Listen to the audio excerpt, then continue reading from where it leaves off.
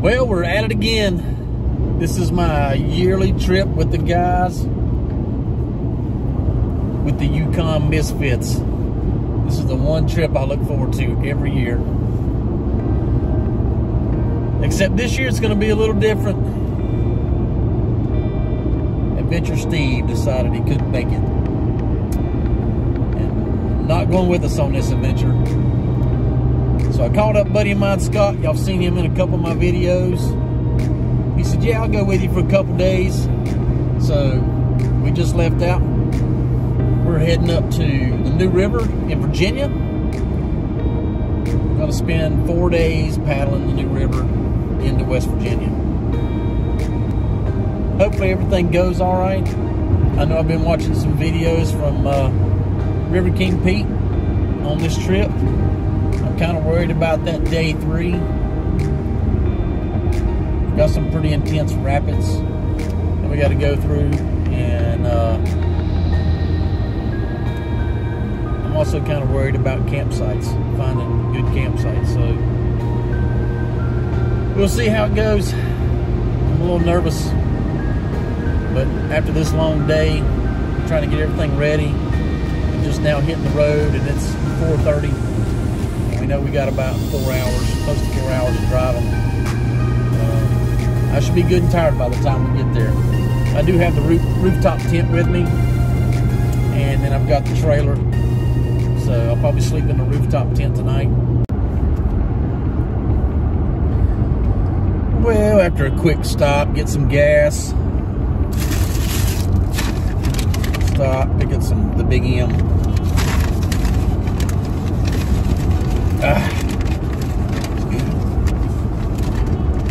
Not what I wanted, but good spot for the time being.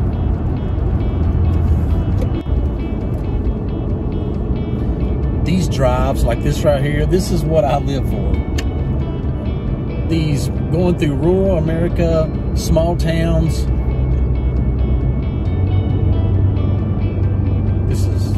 This is what I like. I like this kind of driving right here.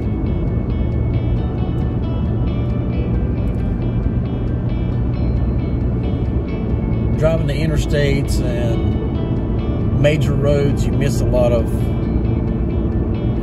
the small towns that's off to the sides of them.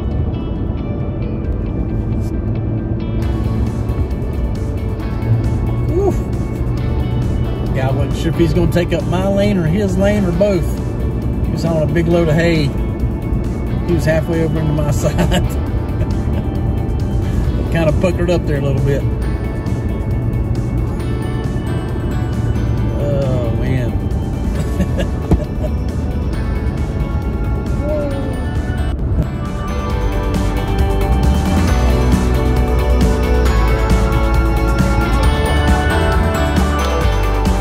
Randy said the last one that shows up buys supper. No. The text said the first one that. Why are you even filming? It ain't like we're gonna see a video. I didn't say that. Okay, guys.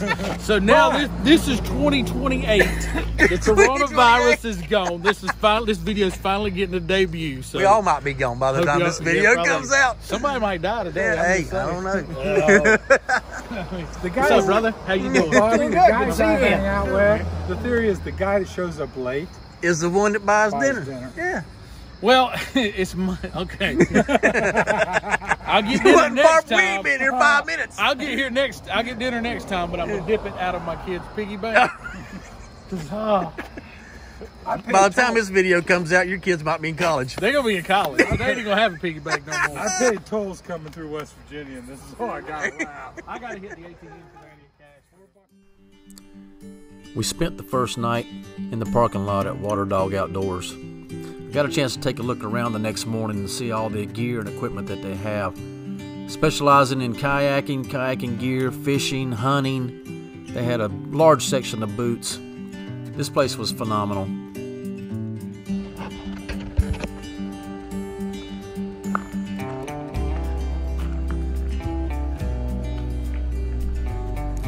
If you were ever in Hinton, West Virginia, check out Water Dog Outdoors. They have great rentals as well as shuttling available.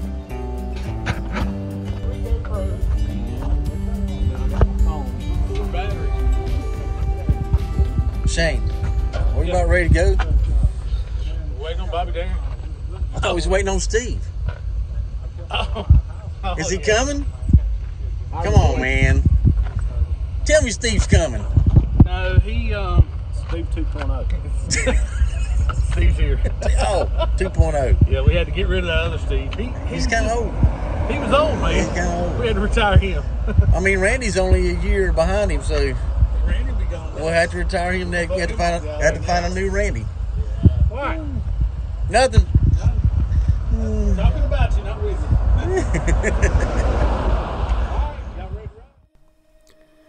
We got launched in the water about 11:30, just above Radford, Virginia. We knew it was going to be a long day. We had 18 miles to get to our first campsite for the night. One of the things I didn't realize is while trying to film video with my GoPros, neither one of them would work. So the only footage I got from the first day was just a little bit from my cell phone. As we were paddling underneath this train bridge, Randy spotted a cave. So of course, we had to climb up and check it out. So while we were looking around and taking some pictures, we decided we would do our own little River Kings interpretation picture.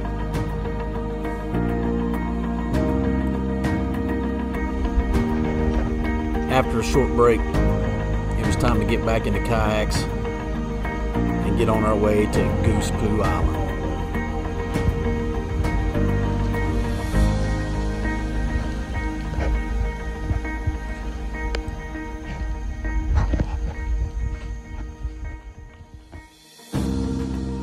With Goose Poo Island in sight, we were all excited to be at camp and get started setting up, build us a small campfire, and eat some supper. Y'all bringing supper? Huh? Y'all better be bringing supper. Look like two grizzly bears out there trying to scare up a fish. Look at them. We caught fish. What are you carrying, Shane? Firewood? 2 pieces of firewood. You washing it first? Yeah, they're wet now, but still. Are you washing it first? It's clean firewood. It won't take them long to dry back out.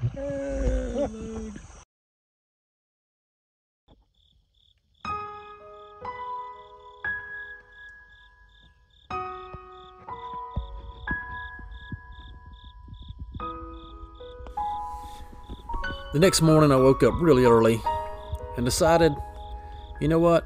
I'm gonna try and get some of this on video to share with you guys. This was my view from my hammock as I woke up. The fog coming off the water was like we were trapped in the clouds. You just had to be there to experience it. So I got out of bed, took a little walk down to the water, tried to get some video footage of just how peaceful and quiet it was on the river that morning. Everyone else was still asleep, and I knew it wasn't going to be long before everybody was up stirring around and we'd be getting breakfast started. So here's a couple shots of camp the next morning on Goose Poo Island.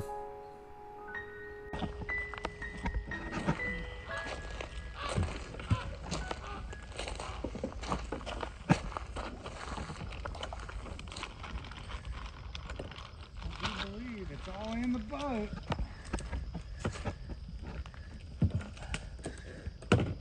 I think that chair was long trying to get it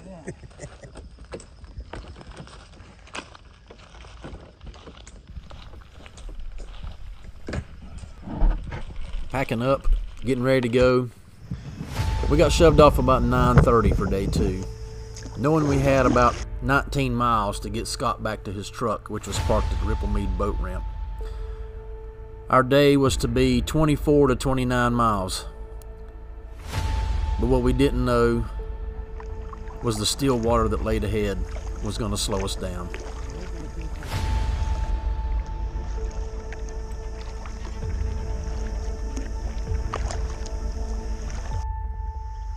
After paddling about 2 hours, we had only gotten about 7 miles from camp.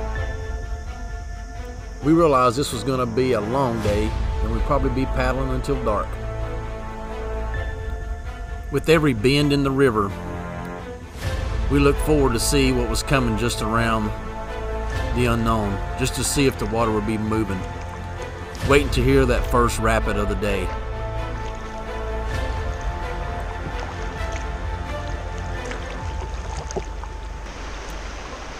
Finally, the water was moving. Even though it was only about a foot deep in most places, we hit a section of the river for about 1.5 miles. It started moving.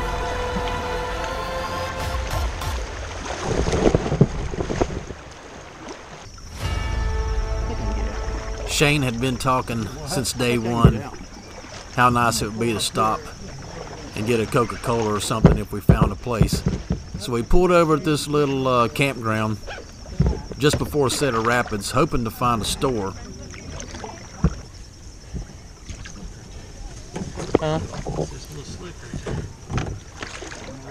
After a short break, no Coca-Cola to be found.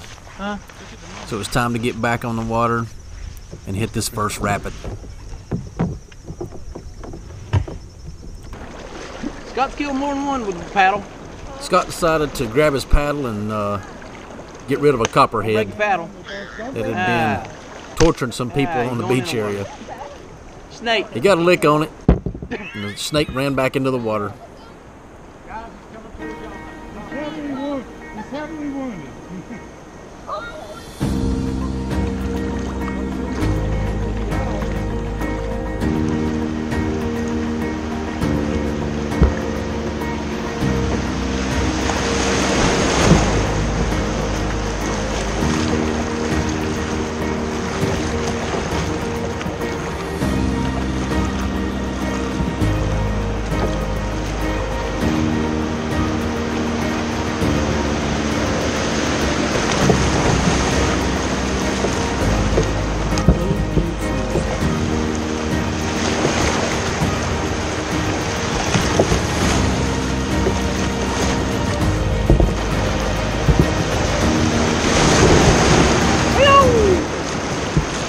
After a hard day of paddling, we finally reached the 37-mile mark.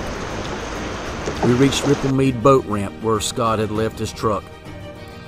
From there, Scott took us to get some pizza. We took a little break, and we decided that instead of trying to keep going for the night, we would just make camp right there close by to the boat ramp. So we picked a spot right across the river and set up camp for night number 2. Big Daddy, you up?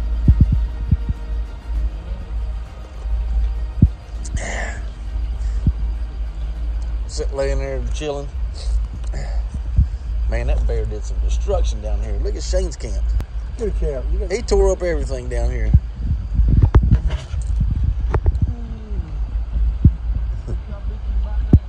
That bear that come through camp last night, man, he's got your stuff scattered everywhere.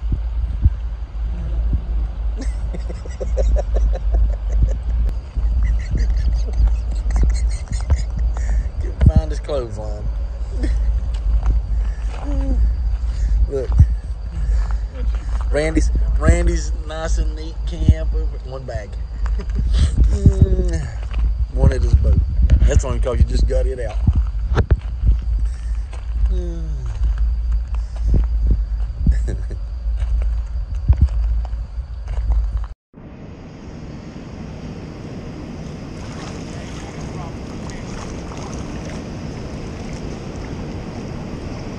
Day 3.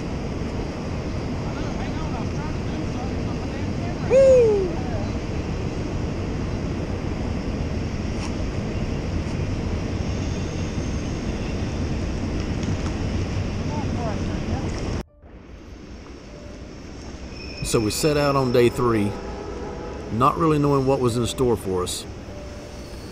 We knew that sometime shortly after lunch, we would hit a stretch of the river called the Narrows.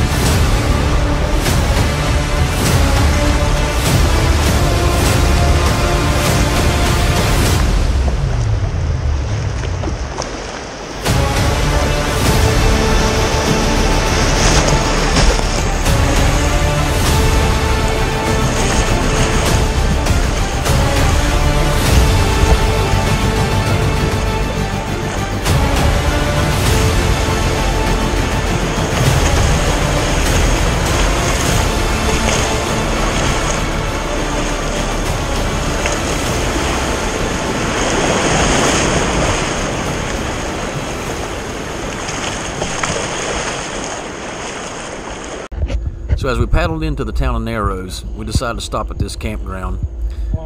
Gave us a chance to get out, stretch our legs a little bit, and there was a Burger King just right up the hill. So we walked up to Burger King, got us something to eat, came back down, and it was time to tackle the part of the river we've been waiting on all day. What I didn't know is, as we shoved off to get in the water, I broke my seat on the kayak.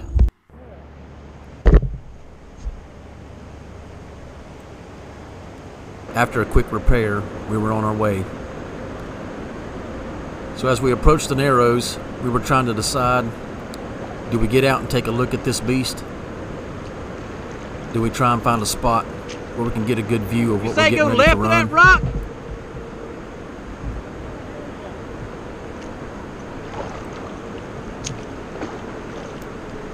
Depending on water level, Big Daddy? the Narrows rapids can be either a class 2 or a class 3. So after a group decision and Shane deciding that, hey, we're just going to run this thing and give it a shot, we decided to tackle the beast without getting a look at it. All right, he's through it. I watched Shane as he went over the falls. I saw a glimpse of his helmet and knew he was okay, so Randy went next.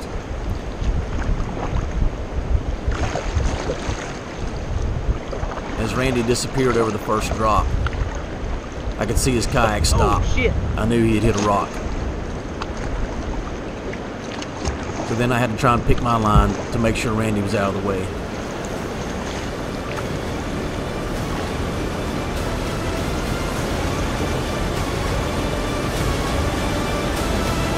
As you approach these falls, you can't really tell what's the best line until you get right up on it.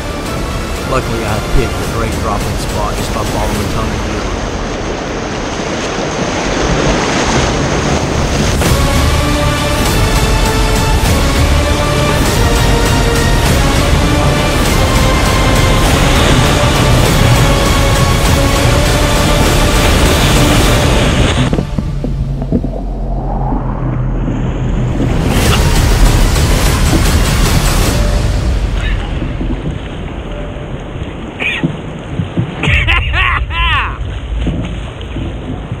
I caught the wave train at the end. I was leaning forward and got a mouthful of water as it come plumb over my head. Woo! Oh, I'm glad to run that again. Yeah. Except I got a mouthful of water. Holy cow, you got a mouthful of water. Woo!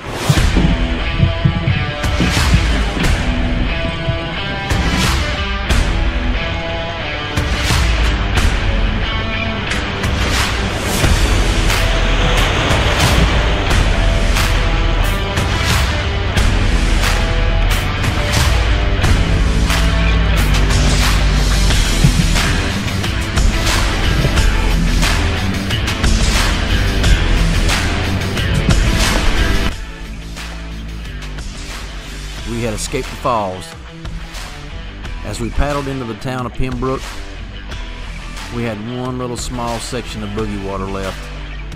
Then it was time to try and find camp for the night.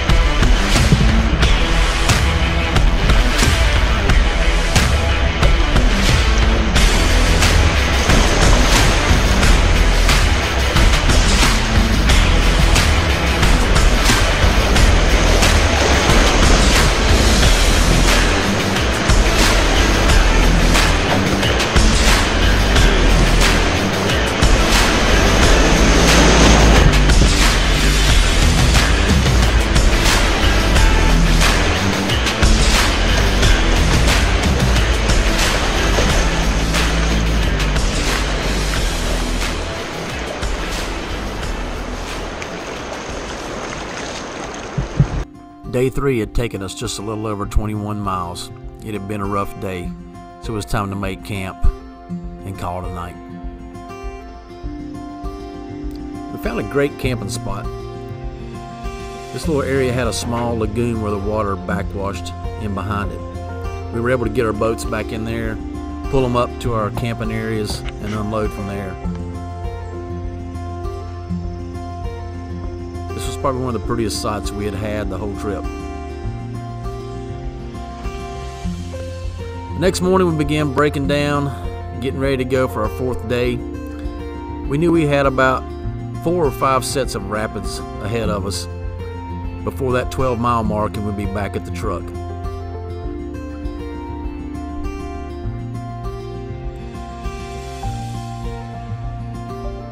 Shane's preparing for a short seal launch here into the lagoon. Had a campsite with our own boat slip tonight. Yep, got our own little private lagoon. All right, Randy, day 4, what we getting into? Yesterday was a blast. Today's probably gonna be still water. It's gonna be flat. Flat water. Flat water peak. Woo! It is 6:30 in the morning. We're shoving off really early today. It is 10 o'clock. Oh, crap. You have to recheck that watch. Somewhere at 6:30. Somewhere it is 6:30, Hawaii. All right, yeah.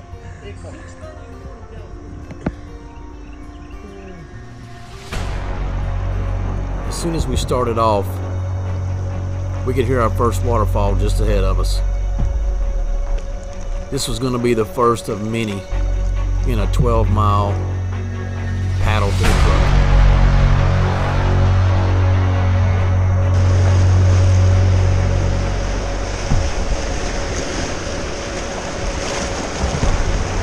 I watched Randy once again disappear in front of me, so I knew the drop was pretty intense.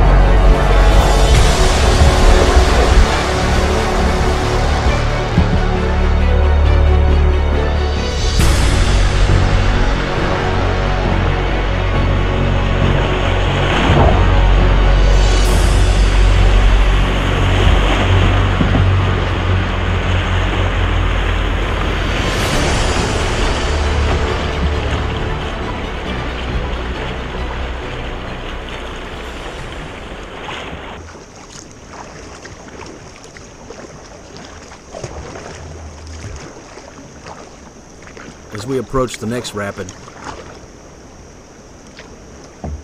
we could hear that this one was a little bit bigger than we had anticipated. So I decided I'd get out and take a look at it and try and pick the best line for us to run.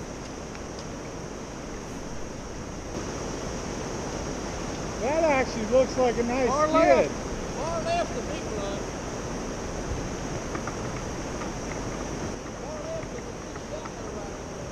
Hey, Bobby, how big's the drop? Now I want the big run, far left. How big's the drop? You said far left the big run. Put shallow going into it.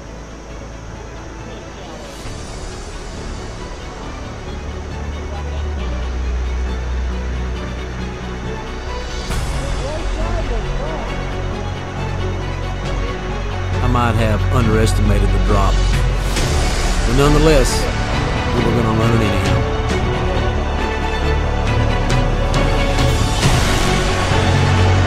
Over here.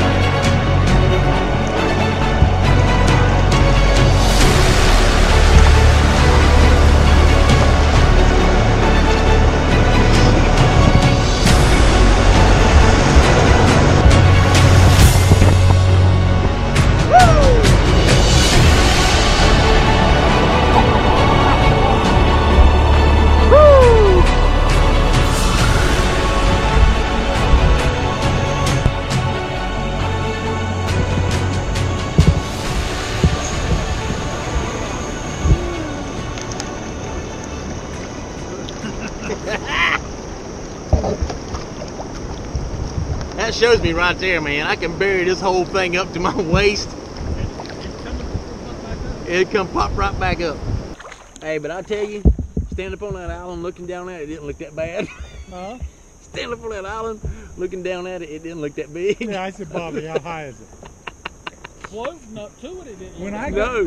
hey, I couldn't find Shane Yeah. until I got up close and I saw his helmet. All I saw was the top of his helmet. Yeah. And I was knew, like, I knew then you're 2 foot with yeah, Booker. yeah. But I thought, Jeff Wool. You know how I feel, Darren. Yeah, yeah. He ain't trusting your height measurement. Right, see? He My ain't measurements. trusting my line, he ain't trusting your height measurement. Yep, Hey, Randy ain't got a lot of faith in him. boat's still vertical. that's it. It was right there between these two rocks, dang it.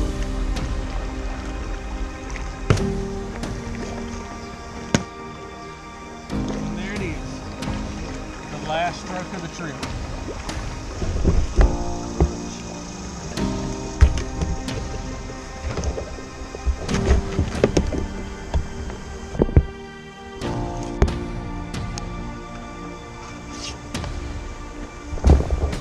And he told us we'd be here.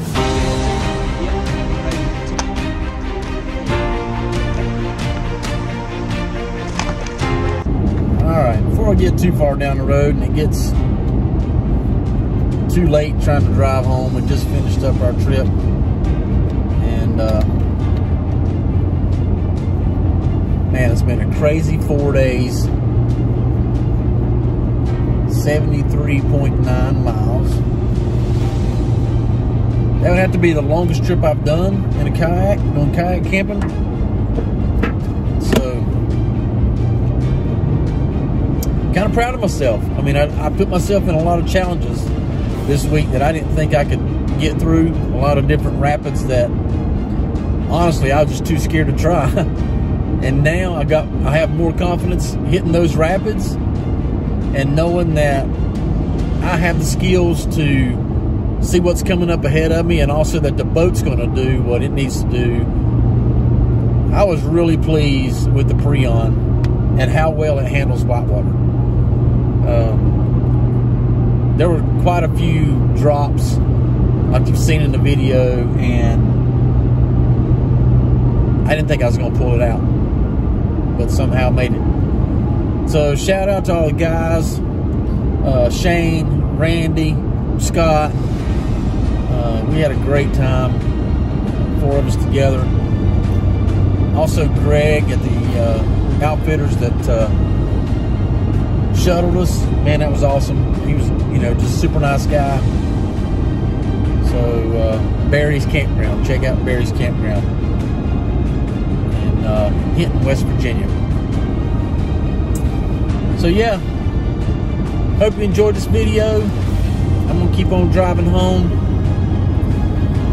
Hopefully we'll have another adventure pretty soon. Maybe me and Michelle can get out and have a little something, a little getaway. Get ready to head to Montana. So y'all watch for our Montana video as soon as we get back. You guys stay safe. See ya.